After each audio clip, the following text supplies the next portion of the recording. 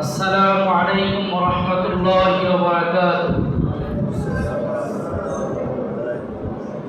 إن الحمد لله نحمده ونستعينه ونستغفره ونؤمن به ونتوكل عليه ونعوذ بالله من شرور أنفسنا ومن سيئات أعمالنا.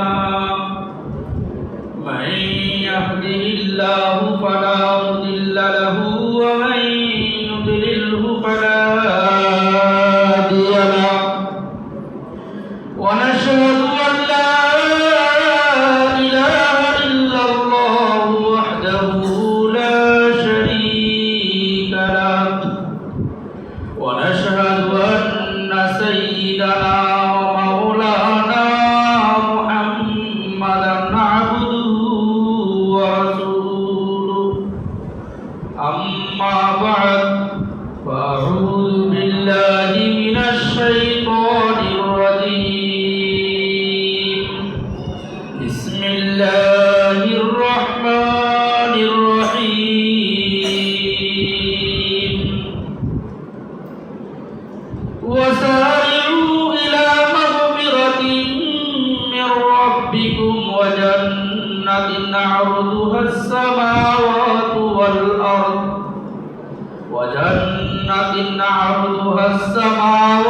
والأرض أعدت للمتقين. وعن عائشة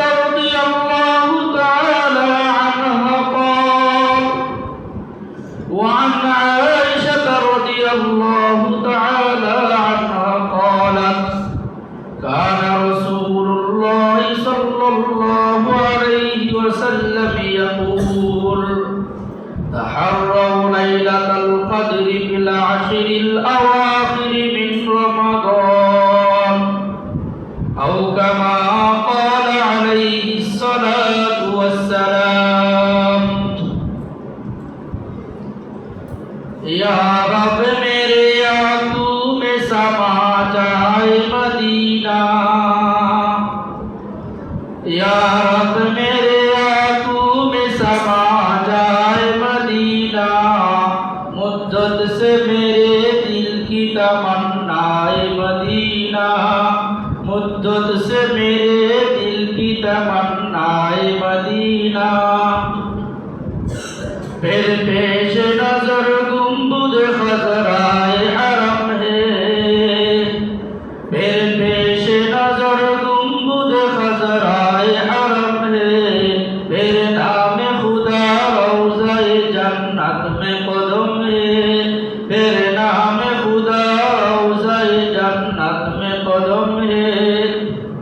फिर शुक्र खुदा सामने मेहराब नबी है, फिर शुक्र खुदा सामने मेहराब नबी है।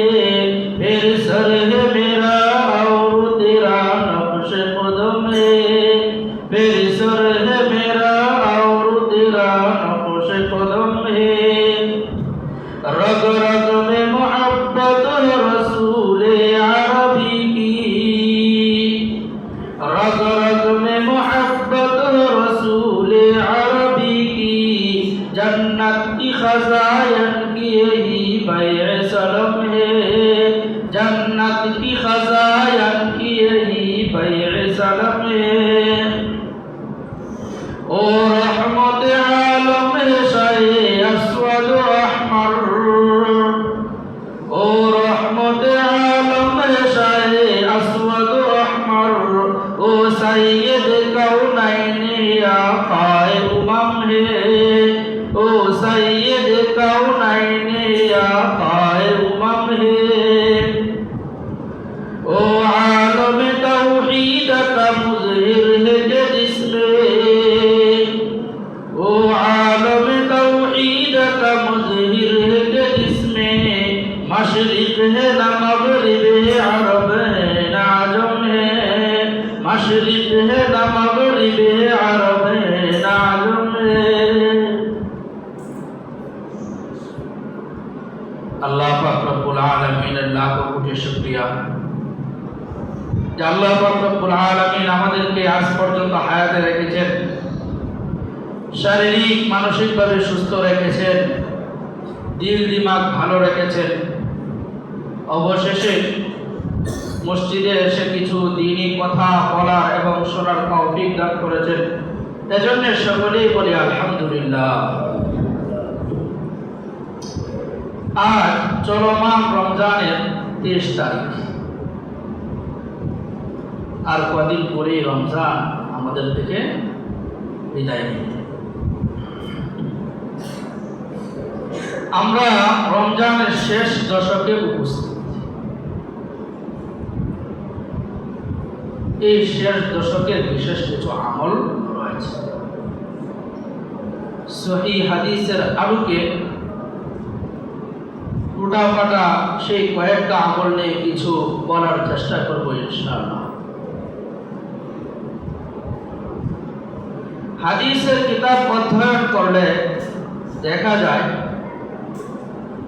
আল্লাহর হাবিব সাল্লাল্লাহু আলাইহি ওয়াসাল্লাম এই শেষ দশকে বিশেষ কিছু আমল বেশি বেশি করে। তোর মধ্যে 1 নাম্বার, ইবাদতের পরিমাণ বহু গুণে বাড়িয়ে দেওয়া। ইবাদতের পরিমাণ বহু গুণে বাড়িয়ে দেওয়া। পুরা রমজানে রাসূল করিম সাল্লাল্লাহু আলাইহি ওয়াসাল্লাম ইবাদত করতেন, ইবাদতে মগ্ন থাকতেন, কিন্তু শেষ দশকে ইবাদতের পরিমাণ আল্লাহর হাবিব সাল্লাল্লাহু আলাইহি ওয়াসাল্লাম বাড়ায়।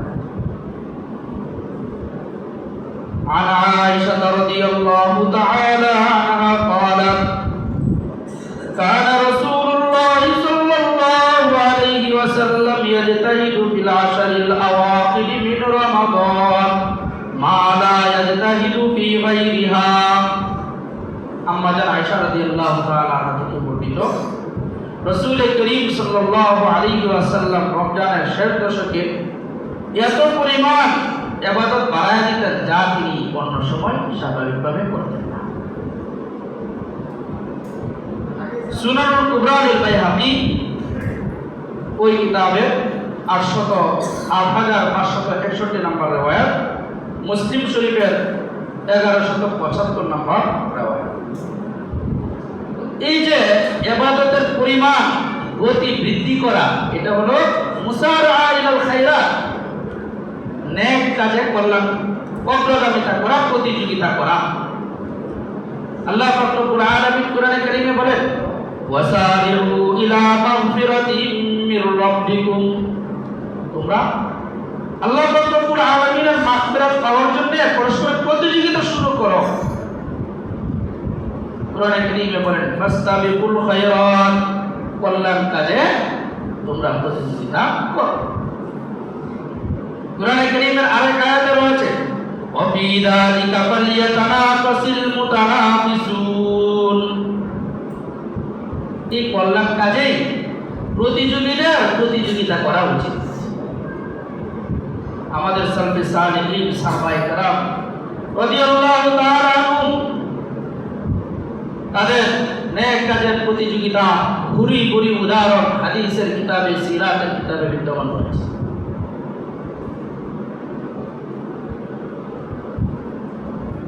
একবার আল্লাহর হাবিব সাল্লাল্লাহু আলাইহি ওয়াসাল্লাম দান করার জন্য বললেন।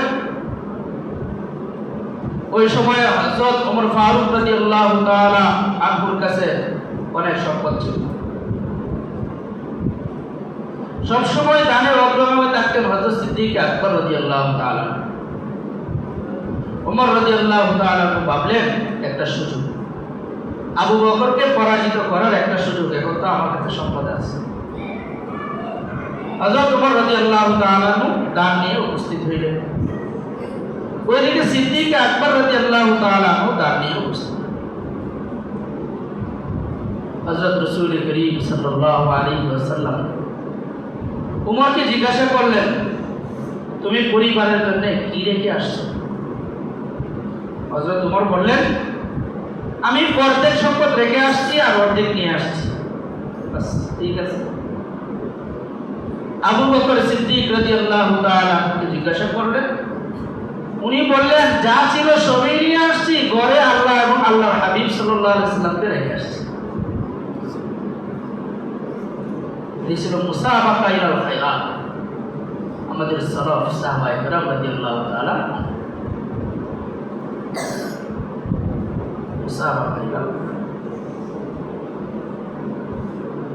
আরেকটি ঘটনা হাদিসের কিতাবে রয়েছে, আল মুজামুল আওসাত, ইমাম তাবারানী রাহিমাহুল্লাহ 360 হিজরিতে দাখিল করে তার উহুদ যুদ্ধের পূর্বে সাহাবায়ে কেরাম রাদিয়াল্লাহু তাআলা শাহাদাতের জন্য তামান্না পেশ করলেন, কিন্তু যুদ্ধে অংশগ্রহণের জন্য কিছু শর্ত আছে, নির্দিষ্ট কিছু বয়স আছে। তো যেসব সাহাবায়ে কেরাম শাহাদাতের জন্য যুদ্ধে অংশগ্রহণের জন্য তামান্না পেশ করলেন, তাদের মধ্যে দুজন ছোট ছোট সাহাবায়ে কেরাম ছিলেন। একজন হযরত রাফি ইবনে খাদিজ রাদিয়াল্লাহু তাআলা আনহু, আরেকজন হযরত জাবির ইবনে সামুরা রাদিয়াল্লাহু তাআলা। তাদের বয়স দেখে রাসূল করিম সাল্লাল্লাহু আলাইহি ওয়াসাল্লাম তাদের আবেদন মঞ্জুর করেন নাই, কিন্তু রাফি ইবনে খাদিজ রাদিয়াল্লাহু তাআলা আব্বাজান আল্লাহর হাবিব সাল্লাল্লাহু আলাইহি ওয়াসাল্লামের কাছে আবেদন করলেন, আমার ছেলে তীরন্দাজ, ভালো তীরন্দাজ, তাকে নিয়ে নিন না। রাসূল করিম সাল্লাল্লাহু আলাইহি ওয়াসাল্লাম আবেদন মঞ্জুর করলেন, ছেলেকে জিহাদে পাঠিয়ে দিচ্ছে, কোনো মায়া নাই। বিরল দৃষ্টান্ত, এই যুগে এগুলা পাওয়া মুশকিল। যাই হোক, এদিকে জাবির ইবনে সামুরা রাদিয়াল্লাহু তাআলা আনহু রাফি ইবনে খাদিজার এই অবস্থা দেখে যে সে যুদ্ধে অংশগ্রহণ করতে পারবে, তিনি খুব অভিযোগের সুরে, অভিমানের সুরে আল্লাহর হাবিব সাল্লাল্লাহু আলাইহি ওয়াসাল্লামকে বললেন, রাফিকে তো নিয়ে নিলেন, আমাকে তো নিলেন না, অথচ আমি রাফের সাথে কুস্তি করলে রাফি আমার সাথে পারবে না। রাসূল করিম সাল্লাল্লাহু আলাইহি ওয়াসাল্লাম কথাটাকে খুব দিলের মধ্যে নিলেন, নিয়ে বললেন, তাই নাকি, তাহলে কুস্তি করো তো রাফের সাথে। সত্যি সত্যি জাবির ইবনে সামুরা রাফেকে ধরাশয়ী করলেন। আল্লাহর হাবিব সাল্লাল্লাহু আলাইহি ওয়াসাল্লাম তাকেও যুদ্ধের জন্য কবুল করলেন। সুবহানাল্লাহ। এই ছিল মুসাবাকা ইলাল খায়রাত, নেক কাজ, কল্যাণ কাজের জন্য নিজের প্রাণ পাখিটাও যদি উড়ে যায়, এটা তারা মায়া করতেন না, সেখানে তারা প্রতিযোগিতা করতেন। وفي ذلك فليتنافس المتنافسون। আমাদেরকে সেখানেই প্রতিযোগিতা করতে হবে, কল্যাণ কাজে প্রতিযোগিতা করতে হবে। এটা হলো এক নম্বর কাজ। এই সময়টায় আমরা ইবাদতের পরিমাণ বাড়িয়ে দিব, সেটা কল্যাণ কাজের প্রতিযোগিতা আমরা বাড়াই দেব, কে বেশি করতে পারে, সেই মুসাবাকা আমরা করবো ইনশাআল্লাহ। দ্বিতীয় নম্বর আমল, নিজে রাত্রি জাগরণ করতেন আল্লাহর হাবিব সাল্লাল্লাহু আলাইহি সাল্লাম, এবং পরিবারকেও রাত্রি জাগরণে উদ্বুদ্ধ করতেন, জাগায় দিতেন। আনা আয়েশা রাদিয়াল্লাহু তাআলা আনহা قالت كان رسول الله صلى الله عليه وسلم إذا دخل العشر أحيا الليل وأيقظ أهله وشد المئزر। মুসলিম শরীফ এবং বুখারী শরীফের হাদিস। মুসলিম শরীফের 1174 নম্বর হাদিস, বুখারী শরীফের 2024 নম্বর হাদিস। আম্মা জান আয়েশা বলেন, রাসূল করিম সাল্লাল্লাহু আলাইহি ওয়াসাল্লাম যখন রমজানের শেষ দশক প্রবেশ করত, তখন তিনি নিজে রাত্রি জাগরণ করতেন, পরিবারকেও রাতে জাগিয়ে দিতেন, এবং ওয়াসাদ্দাল মিজার, লঙ্গি ঘষে নিতেন। মানে আমরা যখন কোনো একটা কাজ করি তো লঙ্গিটাকে টাইট ফিট করে বাইরে দিই যেন না ছুটে। তো তিনি আমলের জন্য এই শেষ দশকে মানে উনি খুব মজবুতির সাথে প্রস্তুতি নিতেন, এটাও উদ্দেশ্য আছে। হাদিস থেকে আমরা এই শিখলাম। 3 নাম্বার আমাদের কাজ শেষ দশকে ক্ষমা প্রার্থনা করা, বিশেষ দোয়া করা, ক্ষমা প্রার্থনার বিশেষ দোয়া করা। আম্মা জান আয়েশা রাদিয়াল্লাহু তাআলা আনহা রাসূল করিম সাল্লাল্লাহু আলাইহি ওয়াসাল্লামকে সম্বোধন করে বললেন কি, আরাআইতা ইন আলিমতু আই লাইলাতুল কদরি মা আকুলু ফিহা قال قولي اللهم إنك عفو تحب العفو فاعف عني يا رسول الله আমি যদি লাইলাতুল কদর পাইতাম কি দোয়া করব? তো লাইলাতুল কদর তো আমরা শেষ সেই দশকে তো আমরা খুঁজি তালাশ করি। তো লাইলাতুল কদর যদি আমি পাই তাহলে কি দোয়া করব? রাসূল করিম সাল্লাল্লাহু আলাইহি ওয়াসাল্লাম বললেন বিশেষ ক্ষমা প্রার্থনার দোয়া করো। কি? আল্লাহুম্মা ইন্নাকা আফুউন তুহিব্বুল আফওয়া। আল্লাহ আপনি ক্ষমাশীল, ক্ষমা করারই তো আপনার পছন্দ। ফাআফু আন্নি, আল্লাহ আপনি আমাকে মাফ করে দেন না, আমাকে এই দোয়াটা আমরা বেশি বেশি করব 23-এর দশকে। 4 নাম্বার, এই দোয়ার পাশাপাশি আমরা বেশি বেশি তাওবা ইস্তেগফার করব। তাওবা ইস্তেগফার রাসূল করিম সাল্লাল্লাহু আলাইহি ওয়াসাল্লামের আদতে চলে এরকম, তিনি নিজেই বলেন ইন্নী লা আস্তাগফিরুল্লাহ ফিল ইয়াউমি 70 মাররা, আমি দিনে 70 বারও আল্লাহ পাকের কাছে তওবা করি। এগুনা মাসুম, তিনি তওবা করেন, মানে উম্মতকে শিখাচ্ছেন বেশি বেশি কি করা উচিত, তওবা করা উচিত। তিরমিজি শরীফের হাদিস 3259 নম্বর রওয়ায়াত। এজন্য এই মাসে নিজেকে তাওবা ইস্তেগফার করে পরিশুদ্ধ করতে হবে, এছাড়া আমাদের উপায় নেই। গত বয়ানে হাদিসের আলোচনা করেছিলাম যে আল্লাহর হাবিব সাল্লাল্লাহু আলাইহি ওয়াসাল্লাম মিম্বারে আরোহণ করলেন, আরোহণ করার পরে আমিন আমিন আমিন 3 বার বললেন। হযরত আবু যর গিফারী রাদিয়াল্লাহু তাআলা প্রশ্ন করলেন এমন কেন করলেন? তিনি বললেন জিবরিল আমিনকে পাঠানো হয়েছে, তিনি 3টে বদদোয়া করলেন, আমি সাথে আমিন বললাম। এর মধ্যে একটা হলো যে তার পিতামাতাকে বৃদ্ধ অবস্থায় পাইল আর তাদের খেদমত করে সে নিজেকে জান্নাতে প্রবেশ করাইতে পারল না, সে ধ্বংস হোক। জিবরিল আমিন এই ধরনের কথা বলার পরে আমি আমিন বললাম। 2 নাম্বার, যে রমজান পাইল আর নিজের গুনাহগুলো মাফ করাইতে পারল না, সে ধ্বংস হোক, আমি আমিন বললাম। 3 নাম্বার, যার সামনে আমার নাম আসে আর সে দুরূদ পড়ে না, সে ধ্বংস হোক, আমি আমিন বললাম। তো এই মাসে এই শেষ দশকে আমাদেরকে বেশি বেশি তওবা ইস্তেগফার করে নিজেকে পরিশুদ্ধ করতে হবে। 5 নম্বর আমল সাদকাতুল ফিতর আদায় করা। সাদকাতুল ফিতর আদায় করা। সাদকাতুল ফিতর এবং যাকাতের মধ্যে কয়েকটা পার্থক্য আছে। বিধানের দিক দিয়ে পার্থক্য হলো যাকাত এটা হলো ফরজ, সাদকাতুল ফিতর হলো ওয়াজিব। আর কোন ক্যাটাগরির মালের উপর আসে? যাকাত আসে মালে নামের উপর, অর্থাৎ স্বর্ণ রূপা নগদ টাকা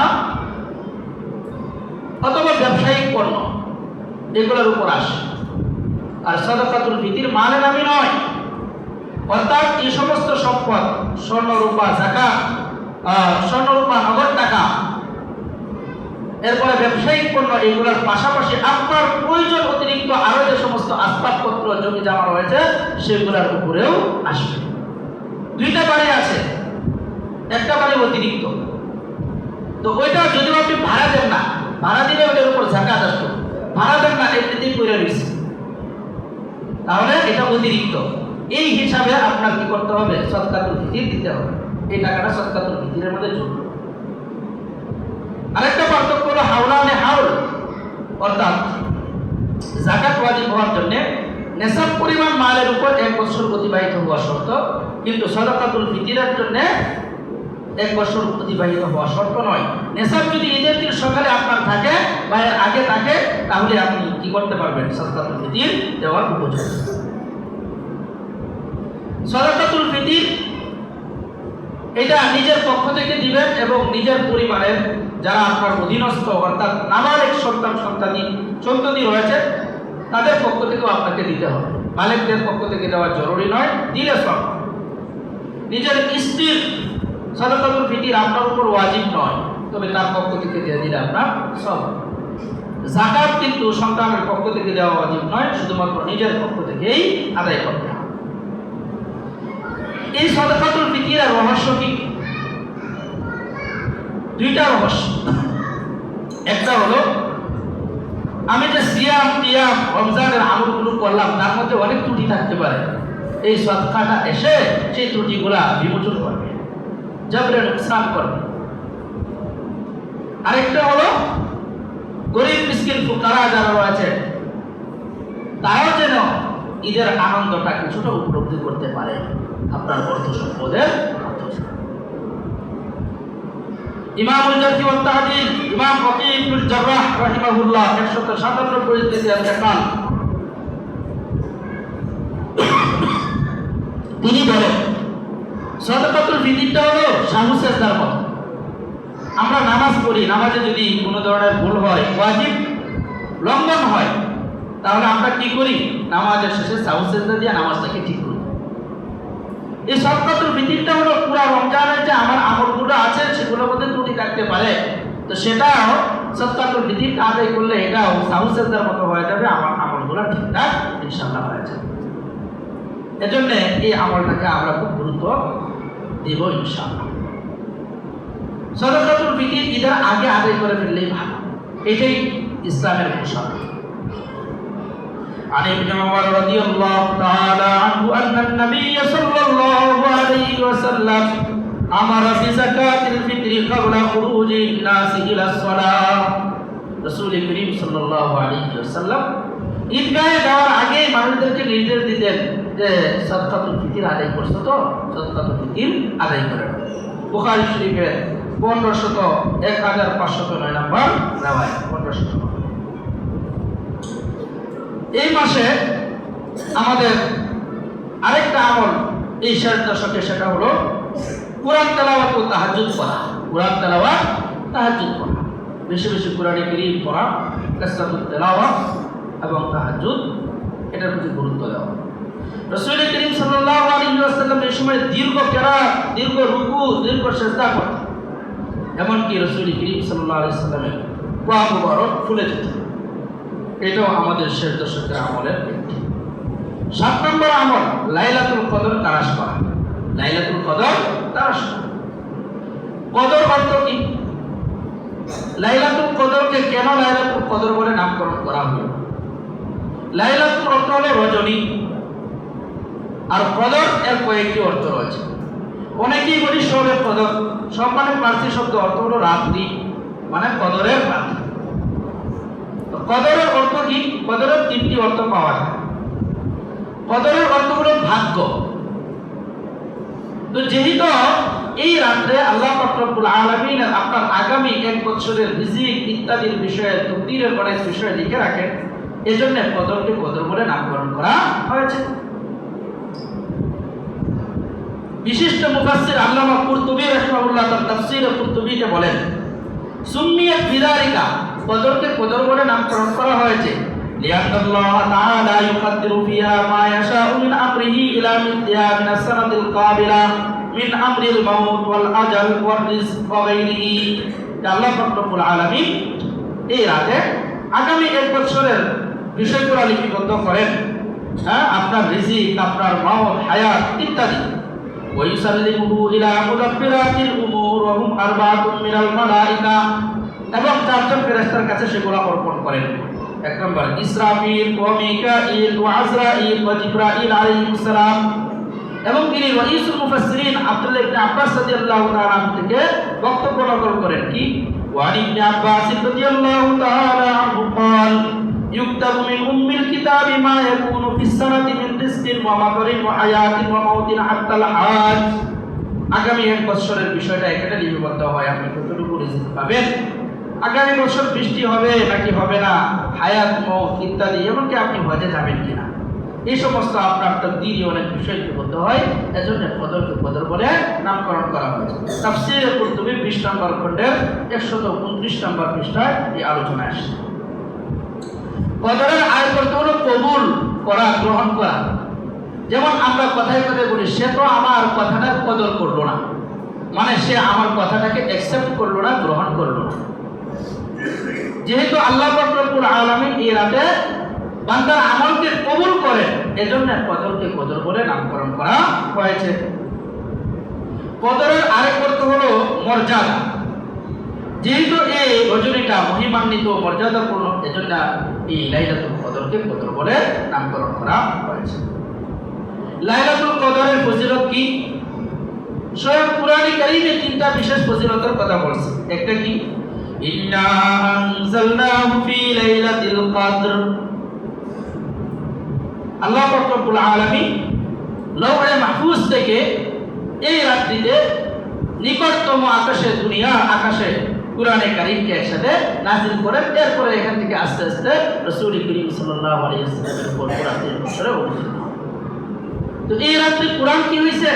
নাযিল হয়েছে। একটা বিশাল ফজিলতের রাত্রি। দ্বিতীয় নাম্বার, লাইলাতুল কদরি খায়রুম মিন আলফি শাহর। কদরের রাত্রিটা 1000 মাস ইবাদতের চেয়েও উত্তম। 1000 মাস হিসাব করলে হয় 83 বছর 4 মাস। 83 বছর 4 মাস। এই রাত্রির ফজিলত এত বেশি। রাসূল করিম সাল্লাল্লাহু আলাইহি ওয়াসাল্লাম কি বলতেন শবে কদর সম্পর্কে? আনা আনাস রাদিয়াল্লাহু তাআলা আনহু قال قال رسول الله صلى الله عليه وسلم ذا الشهر قد حضركم وفيه ليلة خير من ألف شهر من حرمها فقد حرم الخير كله ولا يحرم خيرها إلا محروم رواه ابن ماجه। ইবনে মাজাহ শরীফের 1644 নম্বর riwayat রাসূল করিম সাল্লাল্লাহু আলাইহি ওয়াসাল্লাম বলেন, এই মাস এসে গেছে যে মাসে এমন একটা রাত্রি রয়েছে যে রাত্রিটা 1000 মাসের চেয়ে শ্রেয় উত্তম। যে ব্যক্তি এই রাত্রির কল্যাণ থেকে মাহরুম থাকলো সে তো পুরা জিন্দেগীর কল্যাণ থেকে, পুরা মাসের কল্যাণ থেকে মাহরুম থাকলো। আর এই কল্যাণ থেকে কেবল হতভাগারাই মাহরুম থাকে, বঞ্চিত থাকে। তাহলে এই রাতের ফজিলত যদি আমি না পাই তাহলে আমার চেয়ে হতভাগা আর কেউ নাই। আরেক হাদিসে রাসূল করিম সাল্লাল্লাহু আলাইহি ওয়াসাল্লাম বলেন, মান কামা লাইলাতুল কদরি ঈমানান ওয়া ইহতিসাবান গুফিরা লাহু মা তাকাদ্দামা মিন যামবি। যে ব্যক্তি লাইলাতুল কদরে ইবাদত করবে, নামাজ পড়বে, ইবাদত ইত্যাদিতে ব্যস্ত থাকবে, আল্লাহ সওয়াবের আশায় ঈমানের সহিত, তাহলে আল্লাহ পাক রব্বুল আলামিন তার অতীতের সমস্ত গুনাহ মাফ করে দেন। তবে বিশেষ কোনো পদ্ধতি কিন্তু নেই, বিশেষ কোনো কি নেই, পদ্ধতি নেই যে আপনি বিশেষ পদ্ধতিতে নামাজ পড়তে হবে, এরকম কোনো এখানে ধরাবান্ধা নেই। নফল পড়বেন স্বাভাবিকভাবে, আমরা যে নফল নামাজ, এই নফল নামাজ পড়বো, তেলাওয়াতুল কোরআন, বেশি বেশি কোরআন তেলাওয়াত করবো, জিকির আজকার করবো, দোয়া করবো, তাসবিহ তাহলিল ইত্যাদি আমলের মধ্যে আমরা মগ্ন থাকবো। এভাবে কাটাবো ইনশাআল্লাহ। লাইলাতুল কদর কবে? লাইলাতুল কদর কবে এটা নিয়ে মুহাদ্দিসিনে কেরাম, ফুকাহায়ে কেরাম, মুফাসসিরিনে কেরাম তাদের মধ্যে অনেক মতভিন্নতা রয়েছে। অগ্রগণ্য কৌল হলো তিনটি। অগ্রগণ্য কৌল হলো তিনটি। এক নাম্বার, রমজানের শেষ দশকে লাইলাতুল কদর। কারণ হাদিসে এসেছে রাসূল করিম সাল্লাল্লাহু আলাইহি ওয়াসাল্লাম বলেন, তাহাররাউ লাইলাতুল কদরি ফিল আশরিল আওয়াখিরি মিন রমাদান। রমজানের শেষ দশকে তোমরা লাইলাতুল কদর তালাশ করো। বুখারী শরীফের 2020 নম্বর riwayat। আরেকটা riwayat শেষ দশকের বেজুর রজনীগুলা, শেষ দশকের বেজুর রজনীগুলাতে লাইলাতুল কদর তালাশ করতে বলা হাদিসে এসেছে, তাহাররাউ লাইলাতুল কদরি ফিল বিদরি মিনাল আশরিল আওয়াখিরি মিন রমাদান। বুখারী শরীফের 2017 নম্বর riwayat। যে তোমরা শেষ দশকের বেজুর রজনীগুলাতে লাইলাতুল কদর তালাশ করো। আরেকটা হলো 27 তারিখ। আর উবাই ইবনে কাব, সাহাবী রাসূল উবাই ইবনে কাব বলেন, ওয়াল্লাহি ইন্নী লাআলামুল লাইলা আল্লাতী আমারানা রাসূলুল্লাহ সাল্লাল্লাহু আলাইহি ওয়াসাল্লাম বিকিয়ামিহা ইয়া লাইলাতু 27। মুসলিম শরীফের 762 নম্বর riwayat। উবাই ইবনে কাব রাদিয়াল্লাহু তাআলা বলেন, আমি জানি রাসূল করিম সাল্লাল্লাহু আলাইহি ওয়াসাল্লাম যে লাইলাতুল কদর ইবাদত করতে বলেছিলেন সেটা হলো 27 তারিখের রোজা। আবার কেউ কেউ এরকম বলছেন যে দেখেন 27 তারিখের মধ্যে একটা ইঙ্গিত রয়েছে স্বয়ং কোরআনে কারীমের মধ্যে। যেমন লাইলাতুল কদর শব্দটার মধ্যে 9টা হরফ রয়েছে, আর সূরা কদরের মধ্যে লাইলাতুল কদর শব্দটা 3 বার উচ্চারিত হয়েছে। 3 নং কত হয়? 27। এটা কি বলবো? তো আসলে রাসূল করিম সাল্লাল্লাহু আলাইহি ওয়াসাল্লাম থেকে একাধিক বাণী যে রয়েছে, এটার কারণ হলো এটাই যে আসলে এটা নির্দিষ্ট 25 তারিখেও হইতে পারে, 20 তারিখেও হইতে পারে, মানে 20-এর যে রজনী, 21-এর রজনী, ওইটাতেও হইতে পারে। তো আমাদের শেষ দশকে কি করতে হবে? তালাশ করতে হবে। এই জন্য এটা একটা বিশেষ আমল, আমাদের সেই রমজানের শেষ দশকের আমল। লাইলাতুল কদর গোপন রাখার রহস্য হলো যে আল্লাহ পাক রব্বুল আলামিন বান্দাকে পরীক্ষা করে দেখেন যে এই ফজিলতটা পাওয়ার জন্য কে কতটুকু চেষ্টা করতেছে। অনেক বান্দা চেষ্টা করতেছে, আবার অনেকেই অলস ঘুমে কাটিয়ে দিচ্ছে। কিন্তু রজনীটা এমন নয়, অলস ভাবে কাটানো রজনী এটা নয়। এক চশমে সে দম গাফিল আজা শাহিনাবাসী, এক চশমে সে দম গাফিল আজা শাহিনাবাসী, शायद के निगाहे गुनादा गाहे नबाशी, शायद के निगाहे गुनादा गाहे नबाशी। আল্লাহ পাক রব্বুল আলামিন রহমত দিয়ে আসছে আর তুমি ঘুমায় থাকবে, এরকম যেন না। এক মুহূর্ত গাফেল না থাকা চাই। হতে পারে আল্লাহ পাক রব্বুল আলামিন রহমত তোমার দিকে ঢেলে দিচ্ছেন আর তোমার আচল সেটা বন্দি করতে পারবে না, এরকম যেন না। এজন্য ঘুমের মধ্যে নয়, সম্মান পাওয়ার জন্য আমরা রাত্রিটা জাগরণ করব, শেষ দশক রাত্রি জাগরণ করব। তারুল ইজ্জাতু মাতানা মুলাইলান মান তালাবাল উলা সাহিরাল লায়ালি। তুমি ইজ্জত চাও, সম্মান চাও আল্লাহ পাকের কাছে, আর রাতের বেলা ঘুমাও না। মান তালাবাল উলা সাহিরাল লায়ালি, যে ব্যক্তি আল্লাহ পাকের কাছে উচ্চ আকাঙ্ক্ষা করে সে অবশ্যই রাত্রি জাগরণ করে। আমাদের এই শেষ দশকের সর্বশেষ যে আমল সেটা হলো ইতিকাফ। ইতিকাফ কাকে বলে? আল্লামা জুরজানি রাহিমাহুল্লাহ তার মুজামুত তাফরিক তারিফাত নামক কিতাবের 29 নম্বর পৃষ্ঠায় বলেন, ইতিকাফ হলো তাফরিগুল কলবি আন শুগলিদ দুনিয়া ওয়া তাসলিমুন নাফসি ইলাল মাওলা। দুনিয়ার সকল ঝক্কি ঝামেলা থেকে নিজের সম্পর্কটাকে ছিন্ন করে আল্লাহ পাকের কাছে নিজের নফসের কি করা সম্পর্ক গড়ে তোলা, এটার নাম হলো ইতিকাফ। এখন এই ইতিকাফ এটা কয়েক ভাগে বিভক্ত। একটা হলো ইতিকাফ ওয়াজিব, এটা হলো যখন আমরা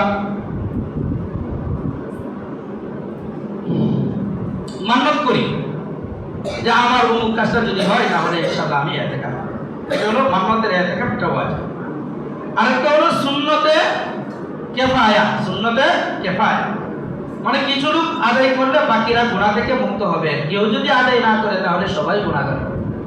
এটা হলো রমজানের শেষ দশকের যে ইতিকাফ। মাশাআল্লাহ আমাদের এখানে জালাল ভাই এবং ওইদিকে আমাদের একজন দাদা তারা বসছেন, এই যে সামনের কাতারে আছে। তো এটা হলো সুন্নতে কিফায়া, মুআক্কাদা কিফায়া।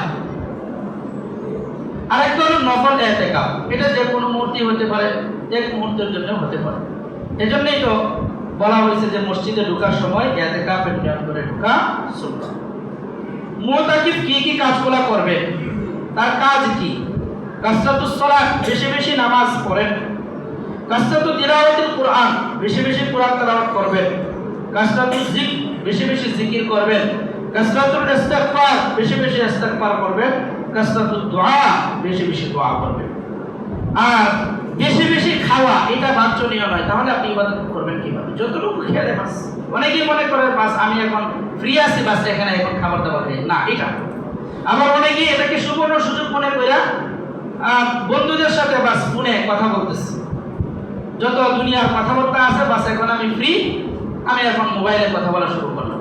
বা আমরা উপস্থিত কয়েকজন মসজিদের ভিতরে বসে গাল গপ্প শুরু করলাম। যদিও এটা তারা ইতিকাফ বানবে না, কিন্তু এটা একদম অনুচিত, এটা একদম করা যাবে না। মোবাইলের পিছনে না, মাওলা পাক রব্বুল আলামিনকে পাওয়ার জন্য ওইখানে আপনাকে সময় দিতে হবে। ইতিকাফের কয়েকটা মাসা, আমরা অনেকেই মসজিদ থেকে বের হই। এই বের হওয়াটা কয়েক প্রকার। মানবিক প্রয়োজনের জন্য যদি হয় তাহলে বের হওয়া যাবে, গোসলের জন্য বের হওয়া যাবে না, গোসলের জন্য বের হওয়া যাবে না। যদি খুব বেশি খারাপ লাগে তাহলে আপনি আসার সময় কাউকে বলবেন, আগে থেকে বলবেন একটু পানি রাখতে একটা বালতির মধ্যে। আপনি আসার সময় বাসিটা ঢেলে কোনো রকম কাপড় চোপড়টা এখানে রেখে মানে মসজিদে এসে কাপড়টা একটু পাল্টাইলেন, পাশে বারান্দায় দাঁড়ায় আরেকজনকে বললেন ওইটা কেন, মানে কোনো রকম যে আর চলতেছে না আমার। আরে আপনি তো আল্লাহ রব্বুল আলামিনকে পাওয়ার জন্য পাগল, পাগলের আবার গোসল কিসে? পাগলের তো গোসল হয়। তো মানবিক প্রয়োজনে বের হওয়া যাবে। আরেকটা হলো এমন এক কাজের জন্য বের হওয়া যা অপরিহার্য নয়, এটার জন্য বের হওয়া যাবে। যেমন ইয়াদাতুল মারিজ, কেউ অসুস্থ তাকে দেখতে গেলেন, না এটা যাওয়া যাবে। কেউ মারা গেছে তার জানাজায় উপস্থিত হবেন, না এটা যাওয়া যাবে না। এই আমাদের আপনার উপর অপরিহার্য নয়, সুতরাং ইতিকাফ অবস্থায় আপনি এটাতে যেতে পারবেন। আরেকটা হলো ইতিকাফ পরিপন্থী কাজের জন্য বের হওয়া, যেমন ক্রয় বিক্রয়ের জন্য বের হওয়া, ব্যবসা বাণিজ্যের জন্য বের হওয়া, চাষাবাদ ইত্যাদির জন্য বের হওয়া, এটা করা যায়।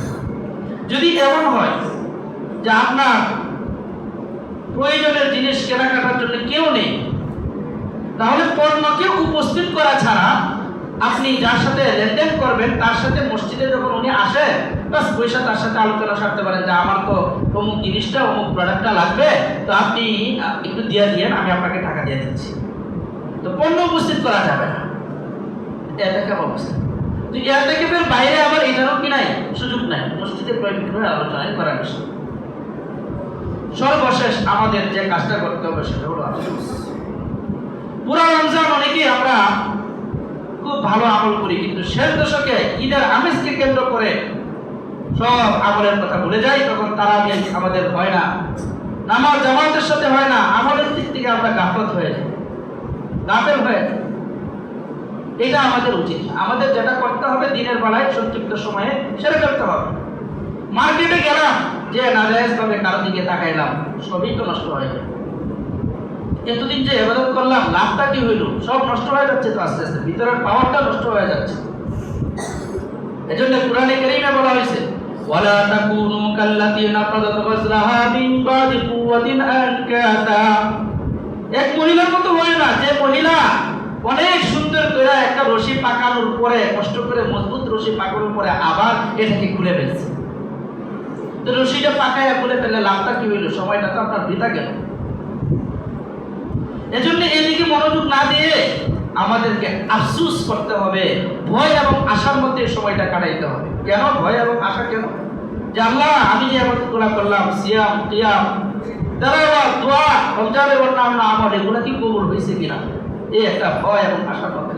কারণ হাদিসে তো এসেছে রুব্বা সাইমিন লাইসা লাহু মিন সিয়ামিহি ইল্লা জু, অনেক রোজাদার আছে কষ্ট ছাড়া তার ভাগ্যে, ক্ষুধার কষ্ট ছাড়া তার ভাগ্যে আর কিছুই জুটে না।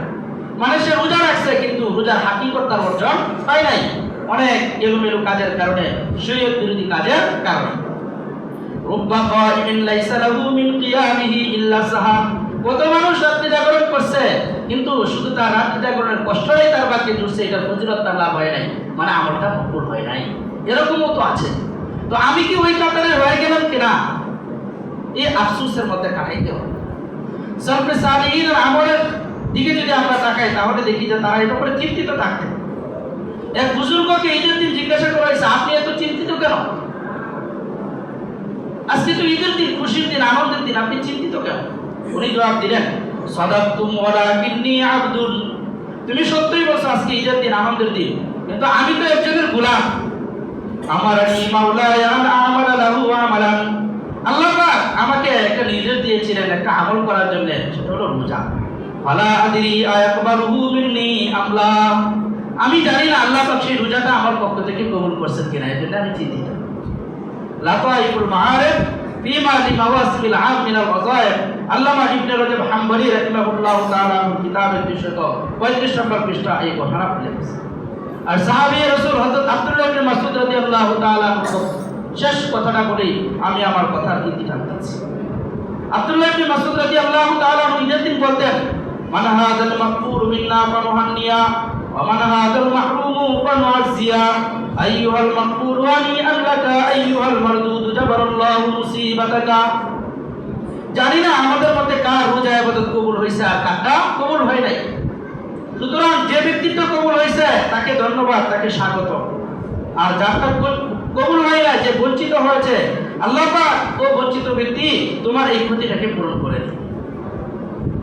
এই চিন্তা লালন করে আফসোস, ভয় এবং আশা ভিতরে রেখে আমাদের শেষ দশক কাটানো উচিত। আল্লাহ পাক রব্বুল আলামিন আমাদেরকে বুঝার এবং আমল করার তৌফিক দান করুন। সুবহানাল্লাহি ওয়া বিহামদিহি সুবহান